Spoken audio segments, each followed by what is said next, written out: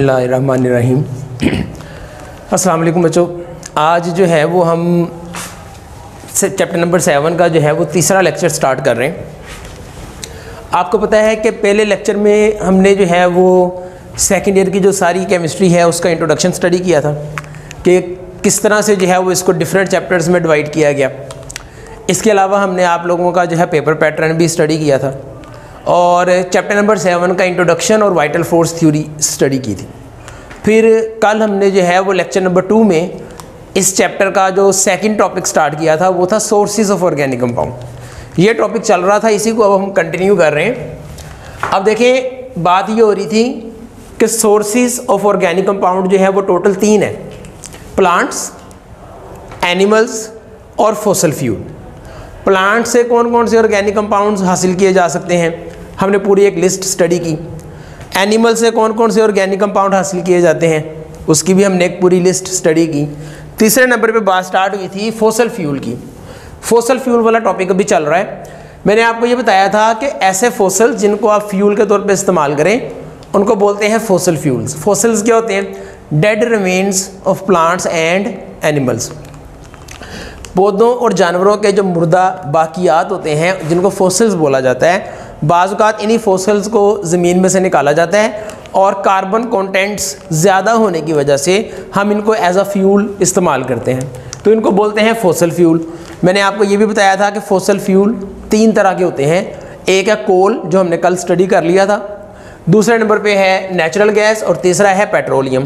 तो आज हमने नेचुरल गैस और पेट्रोलियम ये 2 जो है वो स्टडी करने हैं। तो हमारा ये जो टॉपिक था sources of organic compound, fossil fuel, ये कंप्लीट हो जाएगा।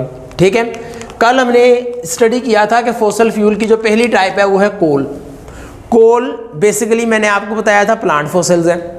पौधों के गलने सड़ने की वजह से जब वो डिकम्पोज होते हैं as a result of bacterial and chemical action, तो वो कोल में कन्वर्ट हो जाता है।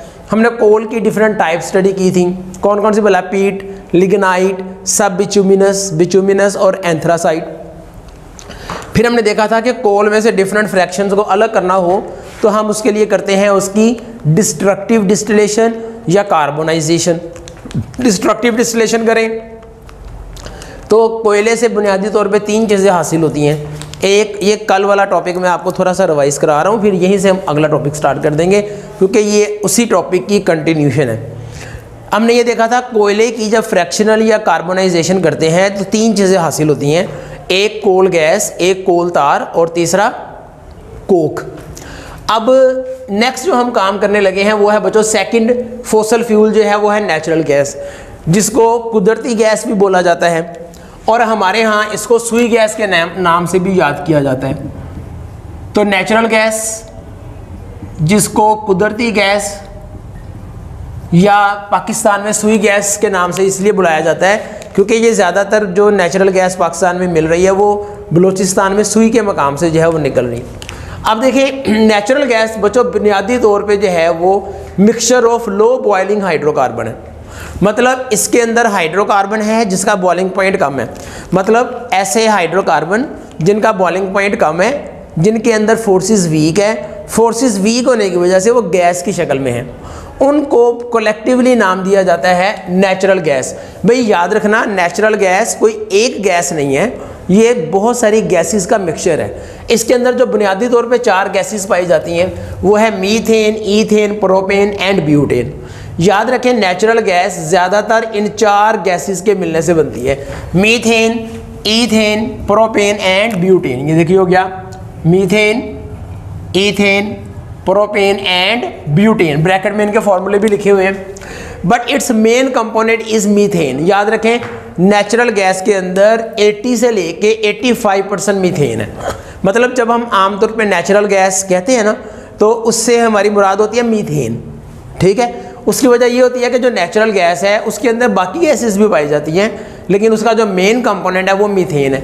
मतलब मीथेन ही खाली उसके अंदर 80 से 85% मीथेन है और बाकी जो है ईथेन, प्रोपेन, ब्यूटेन, हाँ इसके अंदर थोड़ी बहुत अमाउंट में और गैसेस भी मौजूद हो सकती हैं, जैसे हाइड्रोजन हो सकती है, जैसे कार्बन मोनोऑक्साइड हो सकती है, इन अ वेरी स्मॉल अमाउंट। ज़्यादातर इसके अंदर ये 4 गैसेस पाई जाती हैं: methane, ethane, propane and butane. इसलिए हम इसको बोलते हैं कि it is a mixture of low boiling hydrocarbons, मतलब ऐसे हाइड्रोकार्बन जिनका बॉइलिंग पॉइंट कम है, मतलब जिनमें लंडन फोर्सेस वीक है। उसके बाद बच्चों देखें ये जो नेचुरल गैस है इसको कहाँ इस्तेमाल किया जाता है। आप लोग जानते हैं हम घरों में इसको सुई गैस के तौर पे जो है वो इस्तेमाल करते हैं as a domestic fuel. Domestic fuel मतलब घरेलू ईंधन के तौर पे। घरों में हम कुकिंग वगैरह का सारा काम करने के लिए ज़्यादातर नेचुरल गैस यानी कि सुई गैस इस्तेमाल करते हैं। इसके अलावा बच्चों हम इसको इस्तेमाल करते हैं as a industrial fuel. Industrial fuel मतलब बहुत सारी इंडस्ट्रीज़ में भी इसी सुई गैस को फ्यूल के तौर पे इस्तेमाल किया जाता है। तीसरे नंबर पे आ गया मोटर फ्यूल। मोटर फ्यूल मतलब गाड़ियों में भी इसको फ्यूल के तौर पे इस्तेमाल करते हैं। जैसे आप जानते हैं सीएनजी, जो सीएनजी है इसको बोलते हैं कंप्रेस्ड नेचुरल गैस। ये भी बुनियादी तौर पे जो है ये नेचुरल गैस है जिसको कंप्रेस किया होता है और एज अ फ्यूल इस्तेमाल किया जाता है। इसके अलावा बच्चों सीमेंट, फर्टिलाइज़र और बहुत सारी इंडस्ट्रीज़ हैं जिसमें हम इसको जो है वो इस्तेमाल करते हैं। ये दोनों जो है ना सीमेंट एंड फर्टिलाइज़र, ये हमने आगे जाके पढ़नी है चैप्टर नंबर 15 में। तो और इसके अलावा इसको पावर जनरेशन के लिए भी इस्तेमाल किया जाता है, यूरिया की तैयारी के लिए भी इस्तेमाल किया जाता है। तो मतलब ये सारे नेचुरल गैस के यूजेस हैं। ठीक है, दोबारा से सुन लें कि फॉसल फ्यूल 3 तरह के होते हैं। एक होता है कोल जो हमने कल पढ़ लिया था, दूसरा है नेचुरल गैस, सिंपल सा टॉपिक है, ये देख लें आप। तीसरे नंबर पे एक अहम टॉपिक आ जाता है, उसका नाम है पेट्रोलियम। ठीक है, फॉसल फ्यूल में एक हो गया कोल, दूसरा नेचुरल गैस, अब तीसरा आ गया पेट्रोलियम।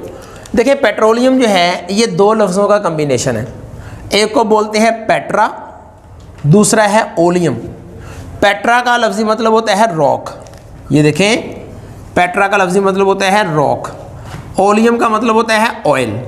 तो पेट्रोलियम का जो लफ्ज़ी मतलब बनता है वो है रॉक ऑयल, जिसको हम उर्दू में बोलेंगे चट्टानी तेल। असल में पेट्रोलियम जो है वो आपको पता है रॉक्स के अंदर जो है वो बनता है और उसी की ड्रिल्स करके इसको वहाँ से निकाला जाता है। एक मादनियात में से एक बड़ी कीमती मादनी जो है ये मिनरल ये है, तो इसको बोला जाता है रॉक ऑयल, जिसका मतलब है चट्टानी तेल। बच्चों इसी को मिनरल ऑयल भी बोला जाता है, यानी कि मादनी तेल। यानी कि जैसे बहुत सारी दूसरी मिनरल्स होती हैं ना, हम ज़मीन में से बहुत सारी मिनरल्स निकालते हैं, इसी तरह ये भी मिनरल्स की एक टाइप है। ओके, इसको मिनरल ऑयल भी बोला जाता है। इसके अलावा इसको नाम क्रूड ऑयल भी है, जिसको उर्दू में बोलते हैं खाम तेल। तो क्रूड ऑयल, क्रूड का लफ्ज़ी मतलब होता है इम्प्योर, जो चीज़ खालस ना हो। ठीक है, अगर कोई चीज़ खालस नहीं है बल्कि वो मुख्तलिफ चीज़ों का मिक्सचर है, वो इम्प्योर है, उसको हम लफ्ज़ बोलते हैं क्रूड। तो इसको क्रूड ऑयल भी बोला जाता है। तो देखें ना वजह क्या है, because it is not a single compound. जो पेट्रोलियम है ये कोई सिंगल कंपाउंड नहीं है, बल्कि it is a mixture of hydrocarbons, या ऐसा कहना चाहिए it is a mixture of large number of hydrocarbon. ये बहुत सारे हाइड्रोकार्बन्स का मिक्सचर है, मेनली अल्केन, इसके अंदर ज़्यादातर अल्केन है। मतलब ये कोई एक कंपाउंड नहीं है, ये बीसियों कंपाउंड्स हैं, बहुत सारे कंपाउंड्स हैं। ठीक है, और वो कंपाउंड जो हैं वो ज़्यादातर अल्केन है। आपको पता है ऑर्गेनिक कंपाउंड मुख्तलिफ कैटेगरी के होते हैं, जैसे अल्केन होते हैं, अल्कीन होती हैं, अल्काइंस होती हैं, अल्कोहल होते हैं, अल्काइल हैलाइड होते हैं, वगैरह वगैरह। तो पेट्रोलियम के अंदर जो ज़्यादातर कंपाउंड्स पाए जाते हैं वो ज़्यादातर अल्केन है। और दूसरी बात बच्चों, ये ना एक थिक ब्लैक विस्कस लिक्विड है, मतलब जब ज़मीन से निकाला जाता है तो ये एक बड़ा गाढ़ा लिक्विड होता है, थिक यानी कि गाढ़ा, विस्कस लिक्विड, और ब्लैकिश कलर का होता है, ग्रेइश ब्लैक कलर का ये बाज़ का होता है, ब्लैक या ग्रेइश ब्लैक कलर का होता है। तो पेट्रोलियम, पेट्रा, ओलियम, ये 2 लफ्ज़ों का कम्बिनेशन है। इसको rock oil, mineral oil, crude oil भी बोला जाता है, और ये मिक्सचर ऑफ हाइड्रोकार्बन है। यानी कि अगर हम पेट्रोलियम को ज़मीन में से एक्सट्रैक्ट करते हैं, हमने ज़मीन में ड्रिलिंग की, जहाँ से पेट्रोलियम दरियाफ्त हुआ वहाँ पे ड्रिलिंग की, वहाँ से पेट्रोलियम को निकाला, और अब हमने क्या करना है, अब हमने उसकी सफाई करनी है और उसमें से डिफरेंट जो फ्रैक्शंस हैं उनको अलग अलग करना है। यानी कि आप क्या करेंगे, अब हम बच्चों करेंगे इसकी refining and the fractional distillation. यानी कि हम पेट्रोलियम को रिफाइन करेंगे क्रूड से, क्रूड का मतलब होता है इम्प्योर, रिफाइन का मतलब होता है खालस, यानी कि आप इसको प्यूरीफाई करेंगे, आप इसको डिफरेंट कंपोनेंट्स में अलग अलग करेंगे। इनको डिफरेंट कंपोनेंट्स में अलग अलग करने के लिए जो मेथड इस्तेमाल होता है उसको बोलते हैं फ्रैक्शनल डिस्टिलेशन। फ्रैक्शनल डिस्टिलेशन मतलब ये एक मेथड है, आप लोगों ने मैट्रिक में भी पढ़ा हुआ है। फ्रैक्शनल डिस्टिलेशन के ज़रिए हम क्या करेंगे, इसके अंदर मौजूद तमाम चीज़ों को एक दूसरे से अलग अलग करेंगे। अब ये जो फ्रैक्शनल डिस्टिलेशन और रिफाइनिंग, ये करने के लिए बच्चों जो फैक्ट्रियाँ या जो इंडस्ट्रीज़ लगाई जाती हैं ना, जहाँ पे पेट्रोलियम की हम रिफाइनिंग करते हैं, जहाँ से हम पेट्रोलियम में से हर चीज़ को अलग अलग करते हैं, उन इंडस्ट्रीज़ को बोला जाता है रिफाइनरीज़। क्या बोलते हैं उसको? रिफाइनरीज़। वो इंडस्ट्रीज़ जहाँ पे पेट्रोलियम की रिफाइनिंग करते हैं, जहाँ पे पेट्रोलियम में से हर चीज़ को अलग अलग करते हैं। ये बहुत सारी चीज़ों का मिक्सचर है। हमने क्या करना है, हमने वो इसमें से सारी चीज़ें अलग अलग करना है। तो इसके लिए जो टोटल पाकिस्तान में रिफाइनरीज़ काम कर रही हैं वो सिर्फ 4 हैं, ठीक है। Total refineries working in Pakistan are 4। उनमें से 2 रिफाइनरीज़ जो है वो कराची में, 4 में से 2 कराची में है। एक का नाम है नेशनल ऑयल रिफाइनरी और दूसरे का नाम है पाकिस्तान ऑयल रिफाइनरी। इनकी जो टोटल रिफाइनिंग कैपेसिटी है वो है 2.13 मिलियन टन, मतलब इतना पेट्रोल रिफाइन जो है वो यहाँ पे जो है वो किया जा सकता है। 2.13 million ton of oil refining capacity यहाँ पे। तीसरी जो रिफाइनरी है वो है मोरगा में, नियर रावलपिंडी, रावलपिंडी के नज़दीक एक जगह है। तो इस रिफाइनरी का नाम है अटक ऑयल रिफाइनरी। इसकी जो कैपेसिटी है वो है 1.25 million ton of oil refining. तो ये इतनी यहाँ पे पेट्रोलियम की रिफाइनिंग हो सकती है। और आखिरी जो रिफाइनरी है वो मुल्तान के नज़दीक जो है महमूद कोट नामी एक जगह है, वहाँ पे है। तो टोटल रिफाइनरीज जो पाकिस्तान में काम कर रही हैं उनमें से 2 कराची में है, एक रावलपिंडी के करीब है और एक मुल्तान के करीब महमूद कोट में है। बात समझ आ गई? तो ये जो मुल्तान में है इसका नाम है पाक अरब ऑयल रिफाइनरी। तो दोबारा से सुन लें, पेट्रोलियम जो है बहुत सारे हाइड्रोकार्बन्स का मिक्सचर है। हमने क्या करना है, उसमें से वो सारी चीज़ें अलग अलग करना है। अलग करने के लिए जो इंडस्ट्रीज़ लगाई जाती हैं उनको रिफाइनरीज बोला जाता है। टोटल रिफाइनरीज जो पाकिस्तान में काम कर रही हैं वो 4 हैं, जिनमें से 2 कराची, एक रावलपिंडी और एक मुल्तान के करीब है। ओके, अब जब हम पेट्रोलियम की बच्चों फ्रैक्शनल डिस्टिलेशन करेंगे ना, तो पेट्रोलियम की फ्रैक्शनल डिस्टिलेशन से हमें कौन कौन सी चीज़ें हासिल होंगी, वो कौन कौन सी चीज़ें हैं, ये सारी चीज़ें हमने देखें। ये एक टेबल की शक्ल में यहाँ पे लिखी हुई हैं। यहाँ पे देखें पहले कॉलम के अंदर जो है वो हमने फ्रैक्शन का नाम लिखा है। अच्छा, एक बात याद रखना है कि इसी तरह का एक टेबल आप लोगों ने मैट्रिक में भी स्टडी किया था, लेकिन वो टेबल इससे थोड़ा डिफरेंट था। तो आपने यहाँ पे जो है अपनी बुक के मुताबिक ये टेबल याद करना है। ये नहीं आपने कहना कि हमने मैट्रिक में तो ये पढ़ा था, ठीक है, वो मैट्रिक वाली बातें मैट्रिक में ख़त्म। यहाँ पे आपने यही वाला टेबल याद करना है और आपके जो क्वेश्चंस बनेंगे वो इसी के लिहाज से बनेंगे, मैट्रिक वाले टेबल के लिहाज से नहीं बनेंगे। अब देखिए जो फ्रैक्शंस के नाम है, नंबर 1 पे आ जाता है नेचुरल गैस। मैं आपको बताऊं, ये पहले कॉलम में हमने फ्रैक्शन के नाम लिखे हैं, दूसरे कॉलम में हमने लिखा है कि वो किस टेम्परेचर रेंज में हासिल होती है वो फ्रैक्शन, चौथे कॉलम में हमने उसकी कंपोजिशन लिखी हुई है, और आखिरी कॉलम जो है इसके अंदर उसके यूजेस बताए हुए हैं कि उसको कहाँ पे जो है वो यूज़ किया जाता है। सही है। अब ये देखें, पहली फ्रैक्शन जो है इसका नाम है नेचुरल गैस। ये जो हमने स्टडी किया नेचुरल गैस, इसका मतलब जो नेचुरल गैस है ये भी पेट्रोलियम की ही एक फ्रैक्शन है। सिर्फ फ़र्क ये है कि वो सारी लिक्विड है, जो बाकी है ना नेचुरल गैस के अलावा बाकी तमाम लिक्विड फॉर्म में थी, उनको हमने अलग कर लिया है, और जो गैसेस थी उसको अलग करके नेचुरल गैस स्टडी कर लिया। अब ये जो बच्चों हासिल होती है ये less than 20 degree Celsius temperature पे हासिल होती है, और इसके अंदर जो कार्बन रेंज है, इसकी जो कंपोजिशन है वो है C1 से C4, मतलब इसमें 1 से लेके 4 कार्बन तक कंपाउंड है। और ये मैंने आपको बता दिया कौन से हैं, मीथेन, ईथेन, प्रोपेन, ब्यूटेन। अच्छा, इसको अगर आप लोग इसके फार्मूले याद रखना चाहें ना, तो इसका ये भी तरीका है, चूँकि ये सारे अल्केन हैं तो आप याद रखें अल्केन्स का जो जनरल फार्मूला है ना वो होता है CnH2n+2। अल्केन्स का जनरल फार्मूला ये है। इसका मतलब ये है कि अगर कार्बन की तादाद को n के साथ जाहिर किया जाए तो हाइड्रोजन कितने होंगे, 2n, यानी कि उसका डबल +2। अब अगर मैं कह रहा हूँ ना C1 से C4, तो अब C1 का मतलब हाइड्रोजन कितने बनेंगे उस फार्मूले के मुताबिक, 1 का डबल 2, 2 + 2 4, तो ये बनेगा CH4 से लेके C4। तो H कितने बनेंगे, 4 का डबल 8 + 2 10, तो ये बनेगा CH4 से लेके C4H10। वो याद करना आपके लिए मुश्किल होगा, ऐसे याद करना बड़ा आसान होता है। ठीक है, आप इस तरह से याद कर लें, लेकिन जब पेपर में लिखें तो फिर उसको आप पूरा फार्मूला लिखना है। पूरा फार्मूला इससे बना सकते हैं, सिंपल। अब देखें, अगर ये कार्बन 6 हैं तो हाइड्रोजन कितना होंगे, डबल +2, 6 का डबल 12 + 2 14, तो ये बनेगा C6 H14 और C7H16 ++2। तो अब देखें जी, पहली जो फ्रैक्शन है इसका नाम है नेचुरल गैस। ये लेस देन 20 डिग्री सेल्सियस पे हासिल होगी। कार्बन 1 से लेके 4 तक इसके अंदर कंपाउंड पाए जाते हैं नेचुरल गैस में। और आपको मैंने बताया है कि नेचुरल गैस को कहाँ कहाँ पे इस्तेमाल किया जाता है। सेकंड वाली फ्रैक्शन का नाम है पेट्रोलियम ईथर। ये 20 से 60 डिग्री सेल्सियस रेंज में हासिल होती है। इसके अंदर जो कार्बन होते हैं वो 5 से लेके 6 तक है, यानी कि C5 से C6, और इसको एज अ सॉल्वेंट यूज़ किया जाता है। तीसरी का नाम है लिग्राइन और इसको नेफ्था भी बोला जाता है, ठीक है। ये इस टेम्परेचर रेंज पे हासिल होगी 60 से लेके 100 तक, और इसमें कार्बन होते हैं 6 से लेके 7 तक। इसको हम कहाँ पे यूज़ करते हैं? एज अ सॉल्वेंट के तौर पे यूज़ करते हैं। और इसके अलावा रॉ मटेरियल का मतलब होता है कि इसको दूसरी चीज़ों की तैयारी के लिए इस्तेमाल किया जाता है, रॉ मटेरियल। चौथे नंबर पे बच्चों आ जाती है गैसोलीन, जिसको हम आम तौर पे पेट्रोल बोलते हैं। ये जो हम गाड़ियों में पेट्रोल डलवाते हैं ना, पेट्रोल, वो बेसिकली गैसोलीन है। ये 40 से लेके 220 इस टेम्परेचर रेंज में हासिल होती है, और इसकी जो कार्बन रेंज है ना वो काफ़ी मतलब ज़्यादा है। आम तौर पे जो गहरा पेट्रोल हम इस्तेमाल करते हैं वो C6 से लेके C8 तक होता है।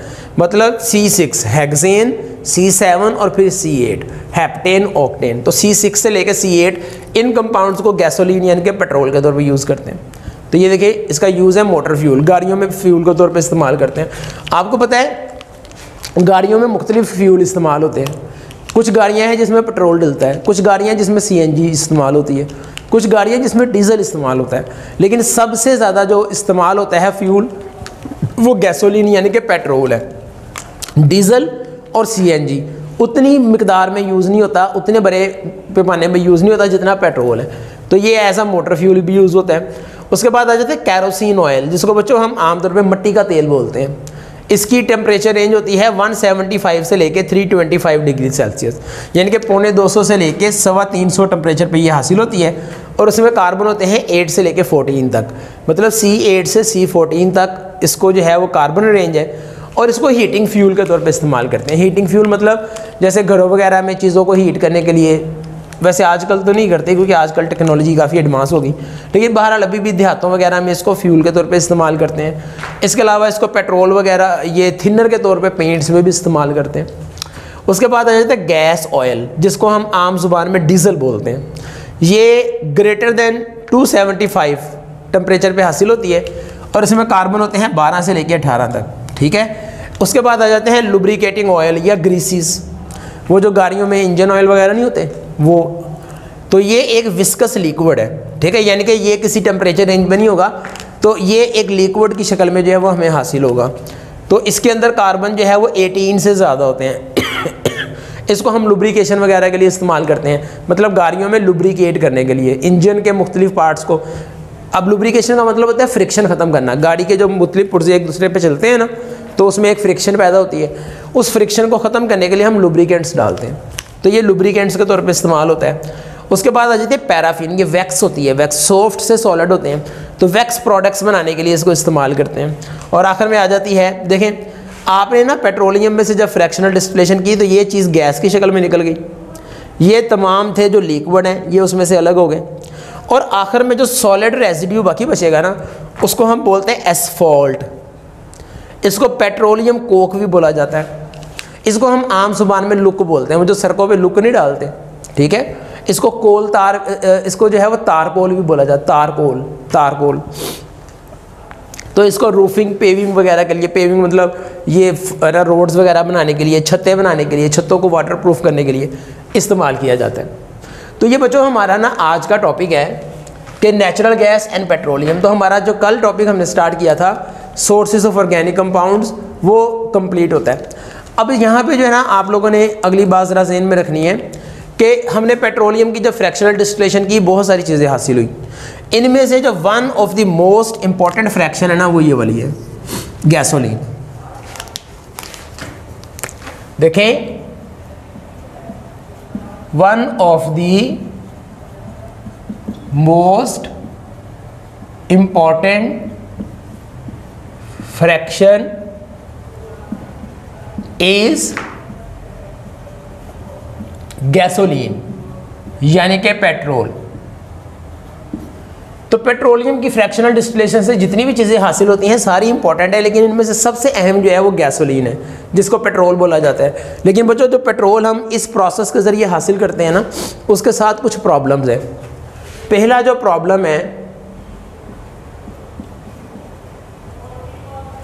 प्रॉब्लम है वो है इसकी क्वांटिटी का। क्वांटिटी का मतलब ये है कि जितना गैसोलीन, जितना पेट्रोल हमें चाहिए होता है ना, फ्रैक्शनल डिस्टिलेशन से उतना पेट्रोल हासिल नहीं होता। तो याद रखिएगा, only 20% of the total requirement of gasoline is obtained by fractional distillation. हमें जितना पेट्रोल चाहिए है इस मेथड से बनने वाला पेट्रोल उससे बहुत थोड़ा है, ये हमारी ज़रूरियात को पूरा करने के लिए काफ़ी नहीं है। तो पहला जो प्रॉब्लम है वो है क्वांटिटी का, ठीक है। और दूसरा जो प्रॉब्लम है वो है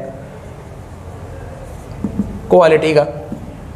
क्वालिटी का मतलब ये है कि इस मेथड से जो पेट्रोल हासिल होता है, यानी कि जो गैसोलीन हासिल होता है, that is not of good quality, वो अच्छी क्वालिटी का भी नहीं है, ठीक है। तो अब हमारे सामने जो है वो दो टारगेट हैं। एक तो टारगेट ये है कि हमने किसी तरीके से पेट्रोल की क्वांटिटी को बेहतर करना है, इसकी मिकदार को बढ़ाना है, और दूसरा जो टारगेट है वो हमें इसकी क्वालिटी को बेहतर करना है। तो अब ये क्वालिटी को और क्वांटिटी को बेहतर कैसे किया जाता है, तो ये हमारे अगले दो टॉपिक है जो हम कल से स्टार्ट करेंगे। पेट्रोल की क्वांटिटी को बेहतर करने के लिए जो मेथड इस्तेमाल होता है उसका नाम है क्रैकिंग, ये हमने कल पढ़ना है। और पेट्रोल की क्वालिटी को बेहतर करने के लिए जो मेथड इस्तेमाल होता है उसका नाम है रिफॉर्मिंग, ये हमने परसों स्टडी करना है। ओके, तो देखिए ये था रिफाइनिंग, ये है रिफॉर्मिंग, ये दो डिफरेंट चीज़ें हैं।